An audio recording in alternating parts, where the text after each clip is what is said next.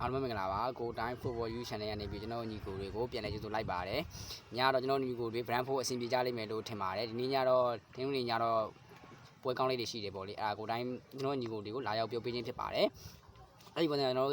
်ကြည့်ရမယ်ဆိုလို့ရှိရင်တော့ည9နာရီခွဲမှာကန်မယ်ပီဆာနဲ့ Florentina ပါပေးရတဲ့ပေါ်ချက်တစ်ခုကိုကြည့်ရမယ်ဆိုရင်တော့ Florentina ကနေပြီးတော့ level ကို90ရှုံးပေါက်နေပြီဂိုးပေါင်းတဲ့နှလုံးကို30ရှုံးပေါက်နေပါတယ်ဒီပီဇာဘက်ကကြည့်မယ်ဆိုရင်တော့ပီဇာကကျွန်တော်တို့၄ပွဲဒီ၅ပွဲကစားရမှာ၄ပွဲရှုံးတစ်ပွဲတည်သူရမှတ်ကထပ်မှတ်ပဲရတယ်ပေါ့လေဖလိုဝင်တီနာကိုကြည့်ရမယ်ဆိုရင်တော့သူဖလိုဝင်တီနာကလည်းသူကရမှတ်ကလည်းနှစ်မှတ်ပဲရတယ်ဗျာအဲဆိုနောက်ဆုံးနှစ်ပွဲကိုကြည့်ရမယ်ဆိုလို့ရှိရင်တော့ဖလိုဝင်တီနာနှစ်ပွဲရှုံးတစ်ပွဲတည်ကြထားတယ်ပေါ့လေဒီပွဲပြင်တော့ဖလိုဝင်တီနာ Conference League ကမ်းမှာဖြစ်တဲ့အတွက် level 90ရှုံးမှာတော့ဖလိုဝင်တီနာအနည်းဆုံးတော့တကူလောက်နဲ့တော့နိုင်လိမ့်မယ်လို့ထင်ပါတယ်အဲ့တော့ဖလိုဝင်တီနာအသင်းကိုကြိုက်ပါတယ်ဂိုးပေါင်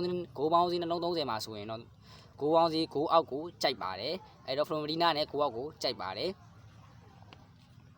နောက်တော့ဝယ်ရတော့ခုနကမှပဲကတ်မယ် Roma နဲ့ Verona ပါဒီ Roma ပေါက်ကြီးတစ်ခုကြည့်ရမယ်ဆိုရင်တော့ Roma နေပြီးတော့ 1-35 ကြီးပေါက်နေပါတယ်ဂိုးပေါင်းစီနှလုံးကို65ပြအရှုံးပေါက်နေပါတယ် Roma ကိုကြည့်ရမယ်ဆိုရင်တော့ Roma ကဒီ night ကိုနိုင်ထားတယ်ဗျာတည်ရမလားလာစီကိုလည်းသူနိုင်ထားတယ်ဒါပေမဲ့အဲ့ဒီပွဲစဉ်ကြည့်ရမယ်ဆိုရင်တကူတော့နဲ့သူကတ်နိုင်ထားတာဗျာ2စီလောက်ထိကတ်နိုင်တဲ့ဟာပွဲမရှိဘူးဗျာဒီတိုဘီနိုကိုကြည့်ရမယ်ဆိုရင်တော့အဲ့ဒီဝဲကလည်းဒီဂျင်းနဲ့သိမချမ်းသာဘူးပေါ့လေ1-15ပြားကြီးပေါက်ပြီးသူ0-1နဲ့ဆိုရရတယ်သူရှုံးသွားတယ်ပေါ့လေဘက်ကဗီယိုနာကြည့်မယ်ဗီယိုနာကိုကြည့်ရမယ်ဆိုတော့သူက4ပွဲတည်တပွဲရှုံးထားတယ်ဗျာဗီယိုနာတည်ကြီးကြတာဗီယိုနာဂျူမီတက်ကို1-1ဒီဗီနီစီယာကိုလည်း0-0သူကြထားတယ်ဖြစ်တဲ့အတွက်1-35မှာရိုမာ1-35မှာရိုမာ9အောင်တလုံးပဲလို့ထင်တဲ့အတွက်ဗီယိုနာကိုကြိုက်ပါတယ်ဂိုးပေါင်းစီနှလုံး65ပြားအရှုံးမှာဆိုရင်လည်းဂိုးအောက်ကိုကြိုက်ပါတယ်ဗီယိုနာအသင်းနဲ့ဂိုးအောက်ကိုကြိုက်ပါတယ်နောက်တော့ပွဲရတော့10နာရီမှာကန်မယ်ကျွန်တော်တို့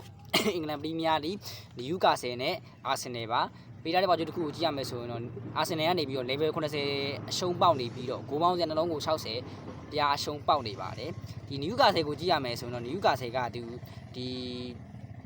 Bradford ပေါ့လေဒီ Championship ကအသင်းကိုတော့ဒီ4-1နဲ့နိုင်ထားတယ်အဲ့နဲ့သူကြီးအောင်နဲ့ဒီဘုံဘောက်ကိုလည်းသူပြားစုံလေးနဲ့သူအောင်တယ်ဒီဘာစီလိုနာကျမှသူကျသွားတာပေါ့အဲ့တော့သူနှစ်ပွဲလုံးကြီးအောင်ထားတယ်ပေါ့လေဘက်ကအာဆင်နယ်ကိုကြည့်ရမယ်ဆိုလို့ရှိရင်တော့ဒီဗေးဆိုတဲ့အသင်းကိုသူ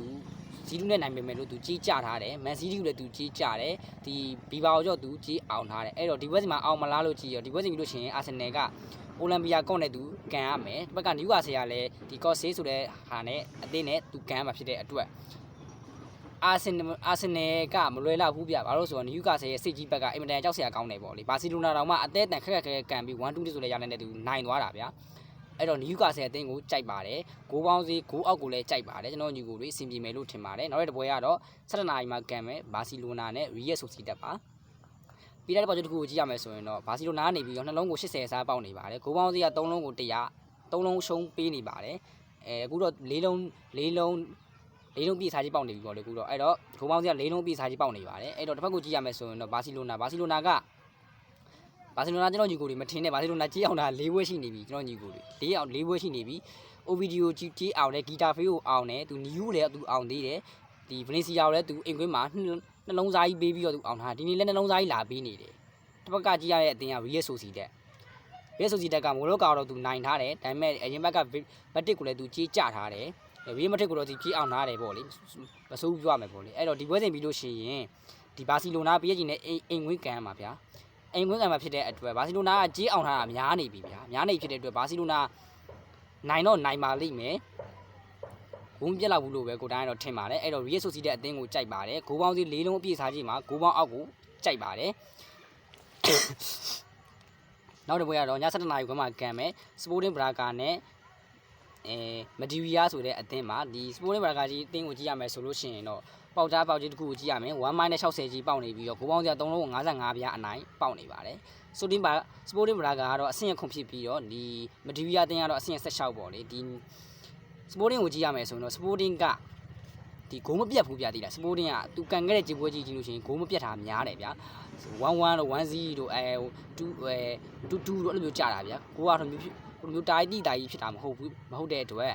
ဒီ Sporting Braga က1-60ကြီးမှာတစ်ဖက်အသင်းဖြစ်တဲ့ Medivia အသင်းကိုကြိုက်ပါတယ် Sporting အသင်းကိုမကြိုက်ပါဘူး Medivia အသင်းကိုကြိုက်ပါတယ်ဂိုးပေါင်း3လုံး55အစားမှာဆိုရင်တော့ဂိုးပေါ်ကိုကြိုက်ပါတယ်နောက်တော့ဝဲရတော့တစ်ခွန်းမှာကန်မယ်ရော့ United နဲ့ Velvo ဆိုတဲ့ United မှာကနေဒါပရီးမီးယားလိပါအဲ့မှာကြည့်ရမယ်ဆိုရင်တော့ရော့ United ကနေပြီးတော့1+25ကြီးပေါက်နေပါတယ်ဂိုးပေါင်းစီက3လုံးကို65အနိုင်ကြီးပေါက်နေပါတယ် Velvo ကစားတဲ့ အနေထားကောင်းတယ်ဗျာတည်လားကျွန်တော်ကြည့်ရတဲ့အနေထားတစ်ခုကြည့်ရမယ်ဆိုလို့ရှင်တော့အဲ့ဒီအတွက်ဖေဘောအသင်းကိုကြိုက်ပါတယ်ဂိုးပေါင်းစီ365စားမှာဂိုးပေါင်းအပေါ်ကိုလည်းကြိုက်ပါတယ်ကျွန်တော်ညီကိုတွေအစီအမံကြလိမ့်မယ်လို့ထင်ပါတယ်ကိုတိုင်းပွဲစဉ်လေးပြန်ပြီးတော့ကျွန်တော်ညီကိုတွေပြန်ပြီးတော့အရှုပ်လေးပြန်ပြီးတော့ပြပြပေးပါမယ်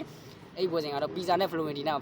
အသီးနဲ့ဂိုးအောက်ကိုကြိုက်ပါတယ်ရိုမာနဲ့ဗီယိုနာမှာဆိုရင်တော့ဗီယိုနာအသင်းနဲ့ဂိုးအောက်ကိုကြိုက်ပါတယ်နယူကာဆယ်နဲ့အာဆင်နယ်မှာဆိုရင်တော့နယူကာဆယ်အသင်းနဲ့ဂိုးပေါင်းအောက်ကိုကြိုက်ပါတယ်ဘာစီလိုနာနဲ့ရီယက်ဆိုစီတက်မှာဆိုရင်တော့ရီယက်ဆိုစီတက်အသင်းနဲ့ဂိုးအောက်ကိုကြိုက်ပါတယ်စပိုတင်ဘရာဂါနဲ့မက်ဒီရီယာဆိုတဲ့အသင်းမှာဆိုရင်တော့မက်ဒီရီယာအသင်းနဲ့ဂိုးပေါ်ကိုကြိုက်ပါတယ်ရောယူနိုက်တက်နဲ့ဗယ်ဘောဆိုတဲ့ယူနိုက်တက်မှာဆိုရင်တော့ဗယ်ဘောယူနိုက်တက်အသင်းနဲ့ဂိုးပေါင်းအပေါ်ကိုကြိုက်ပါတယ်ကျွန်တော်ညီကိုတွေအဆင်ပြေကြလိမ့်မယ်လို့ထင်ပါတယ်ကျွန်တော်ရဲ့ YouTube ကောင်းကိုလည်းlike subscribe လုပ်ပေးဖို့ကျွန်တော်ညီကိုတွေကိုတောင်းဆိုပါတယ်နောက်ဗီဒီယိုကြရင်ကျွန်တော်ညီကိုနဲ့ပြန်လည်တွေ့ဆုံကြပါတယ်အားလုံးပဲအဆင်ပြေကြလိမ့်မယ်လို့ထင်ပါတယ်